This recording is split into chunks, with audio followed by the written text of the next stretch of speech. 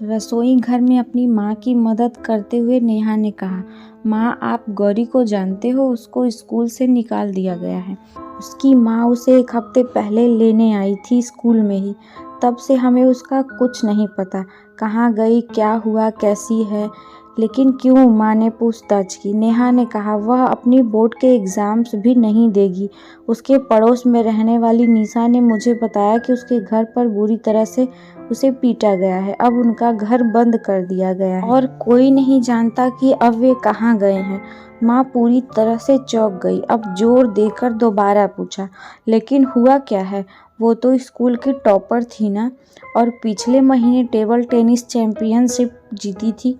इस तरह से क्यों लोग उसके साथ, और यहाँ तक घर वाले भी इतनी बुरी तरीके से पेश आ रहे हैं। नेहा ने कहा, उससे गलती हो गई थी माँ ने कहा, ऐसी भी क्या गलती कर दी उसने जो घर वाले जानवरों की तरह पेश आ रहे हैं। बोर्ड के एग्ज़ाम्स के बीच भला ये सब क्यों किया? एक बेचारी बच्ची का भविष्य बर्बाद करने पर क्यों उतारू हो गए हैं? और ये समाज के लोग जहाँ पर सही के साथ देने के लिए खड़े होना चाहिए, वहीं पर हमेशा दगा देते हैं। ऐसे किसी को जानवरों की तरह कैसे मार सकते हैं भला? कौन से शिक्षित परिवार लोगों का ये काम है? ये तो उस छोटी सी बच्ची पर अत्याचार करने जैसा है। बेचारी ने किया क्या था?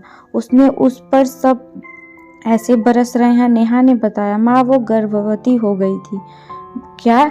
माँ बिना पलक झपकाए नेहा को देख रही थी। लेकिन क्या, कब, कैसे?